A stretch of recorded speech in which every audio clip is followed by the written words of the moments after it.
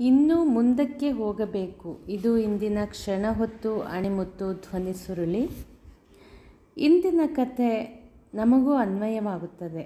ಬಹಳ ಹಿಂದೆ ಮಕ್ಯ ಎಂಬ ಮರ ಕಡಿಯುವವನು ಕಾಡಿನಂಚಿನ ಗುಡಿಸಲಿನಲ್ಲಿ ವಾಸಿಸುತ್ತಿದ್ದ. ಕಷ್ಟಪಟ್ಟು ದುಡಿಯುತ್ತಿದ್ದರೂ 2 ಹೊತ್ತಿನ ಊಟಕ್ಕೂ ಕಷ್ಟವಾಗುತ್ತಿತ್ತು. ಏಕೆಂದರೆ ಕಾಡಿನಂಚಿನಲ್ಲಿ ಹೆಚ್ಚು ಮರಗಳು ಇರಲಿಲ್ಲ. ಒಂದು ಸಂಜೆ ಒಬ್ಬ ಸಾಧು ಬಂದರು. ಮಕ್ಯ ಅವರಿಗೆ ಊಟವಿಟ್ಟು ಗುಡಿಸಲಲ್ಲೇ ಇರಿಸಿಕೊಂಡು ಸತ್ಕರಿಸಿದ. ಬೆಳಗ್ಗೆ ಸಾಧು ಹೊರಡುವ ಮುಂಚೆ ಅವನ ಮುರುಕಲು ಗುಡಿಸಲು ಹರಕು ಬಟ್ಟೆಯ ಮನೆಯವರನ್ನು ನೋಡಿ, ನೀನು ಇನ್ನೂ ಮುಂದಕ್ಕೆ ಹೋದರೆ ಒಳ್ಳೆಯದಾಗುತ್ತದೆ ಎಂದು ಆಶೀರ್ವದಿಸಿ ಹೊರಟು ಹೋದರು. ಮಕ್ಯಾಗೆ ಅವರ ಮಾತು ಅರ್ಥವಾಗಲಿಲ್ಲ. ಅವನ ಹೆಂಡತಿ, ಬಹುಶಃ ನೀವು ಕಾಡಿನೊಳಕ್ಕೆ ಇನ್ನೂ ಮುಂದೆ ಹೋಗಿ ದುಡಿದರೆ ಒಳ್ಳೆಯದಾಗಬಹುದು ಎಂಬ ಅರ್ಥ ಇರಬಹುದು ಎಂದಳು. ಆತ ಧೈರ್ಯದಿಂದ ಕೊಡಲಿ ಹಿಡಿದು 1-2 ಮೈಲಿ ಕಾಡಿನೊಳಕ್ಕೆ ಹೋದ. ಅಲ್ಲಿ ಒಳ್ಳೆಯ ಜಾತಿಯ ಮರಗಳಿದ್ದವು. ಅದರ ಕೊಂಬೆಗಳನ್ನು ಕಡಿದು ಊರಿಗೆ ತಂದು ಮಾರಿದ. ಕೈತುಂಬ ಹಣ ಸಿಕ್ಕಿತು. ಮನೆಗೆ ಬೇಕಾದ ದವಸ ಧಾನ್ಯಗಳನ್ನು ತಂದ. 1 ವಾರ ಕುಟುಂಬದವರೆಲ್ಲ ಹೊಟ್ಟೆ ತುಂಬ ಊಟ ಮಾಡಿದರು. ಅವನ ಹೆಂಡತಿ ಸಾಧುಗಳ ಮಾತನ್ನು ಪಾಲಿಸಿದ್ದರಿಂದ 1 ವಾರ ಹೊಟ್ಟೆ ತುಂಬ ಉಂಡೆವು ಎಂದಳು.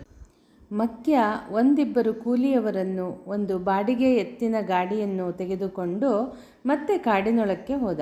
ಕೆಲಸಗಾರರು ಜೊತೆಗಿದ್ದರಿಂದ ಹೆಚ್ಚು ಮರ ಕಡಿದು ಗಾಡಿಯನ್ನು ತುಂಬಿಸಿಕೊಂಡು ಊರಿಗೆ ಬಂದು ಮಾರಿದ. ಅವನ ನಿರೀಕ್ಷೆಗೆ ಮೀರಿದಷ್ಟು ಹಣ ಸಿಕ್ಕಿತು. ತನ್ನ ಮುರುಕಲ ಗುಡಿಸಲನ್ನು ರಿಪೇರಿ ಮಾಡಿಕೊಂಡ. ಮನೆಯವರಿಗೆಲ್ಲ ಒಳ್ಳೆಯ ಬಟ್ಟೆಗಳನ್ನು ತೆಗೆದುಕೊಂಡ. ಮತ್ತೆ ಕಾಡಿಗೆ ಹೊರಟಾಗ 4 ಬಾಡಿಗೆ ಗಾಡಿಗಳನ್ನು, 7-8 ಜನ ಕೆಲಸಗಾರರನ್ನು ಕರೆದೊಯ್ದ. ಹೆಚ್ಚು ಮರಗಳನ್ನು ತಂದು ಪೇಟೆಯಲ್ಲಿ ಮಾರಿದ.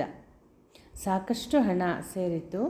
ಊರವರೆಲ್ಲ ಮಕ್ಯನನ್ನು ಮಕ್ಯಪ್ಪ ಎಂದು ಕರೆಯಲು ಪ್ರಾರಂಭಿಸಿದರು. ಮಕ್ಯಪ್ಪ ಸಾಧುವಿನ ಮಾತು ಮರೆಯಲಿಲ್ಲ. ಕಾಡಿನಲ್ಲಿ ಇನ್ನೂ ಮುಂದಕ್ಕೆ ಹೋದ. ವ್ಯವಹಾರ ಅಭಿವೃದ್ಧಿಯಾಯಿತು. ಮನೆ ದೊಡ್ಡದಾಯಿತು. ಬಾಡಿಗೆ ಎತ್ತಿನ ಗಾಡಿಯ ಬದಲು ಸ್ವಂತ ಲಾರಿಗಳನ್ನು ಕೊಂಡುಕೊಂಡ. ಈಗ ಊರಿನವರು ಮಕ್ಯಪ್ಪನನ್ನು ಮಕ್ಯಪ್ಪ ನಾಯಕ ಎಂದು ಕರೆಯಹತ್ತಿದರು. ಸಾಧುವಿನ ಮಾತನ್ನು ಮರೆಯದ ಮಕ್ಯಪ್ಪ ನಾಯಕರು ಕಾಡಿನಲ್ಲಿ ಇನ್ನೂ ಮುಂದೆ ಹೋದ. ಅವರಿಗೆ ಒಂದು ದೊಡ್ಡ ಶ್ರೀಗಂಧದ ಮರಗಳಿದ್ದ ತಾಣವೇ ಸಿಕ್ಕಿತು. ವ್ಯಾಪಾರ ಇನ್ನೂ ಬೆಳೆಯಿತು. ಮಕ್ಯಪ್ಪ ನಾಯಕ ಸಾಹುಕಾರ್ ಮಕ್ಯಪ್ಪ ನಾಯಕನಾದರು. ಅವರು ಕಾಡಿನಲ್ಲಿ ಇನ್ನೂ ಮುಂದಕ್ಕೆ ಹೋದರು. ಬೆಳ್ಳಿಯ ನಿಕ್ಷೇಪವೇ ಸಿಕ್ಕಿತು. ನಂತರ ಚಿನ್ನದ ಗಣಿ ಸಿಕ್ಕಿತು. ಇತ್ಯಾದಿಯಾಗಿ ಕತೆ ಮುಂದುವರೆಯಿತು. ಆದರೆ ಮರ ಕಡಿಯುತ್ತಿದ್ದ ವ್ಯಕ್ತಿ ಯಾರು, ಕಾಡು ಯಾವುದು ಎಂದು ಪ್ರಶ್ನಿಸುವುದಾದರೆ ಉತ್ತರ ಸರಳ. ಆ ವ್ಯಕ್ತಿ ನಾವೇ. ಆ ಕಾಡು ನಮ್ಮ ವೃತ್ತಿ.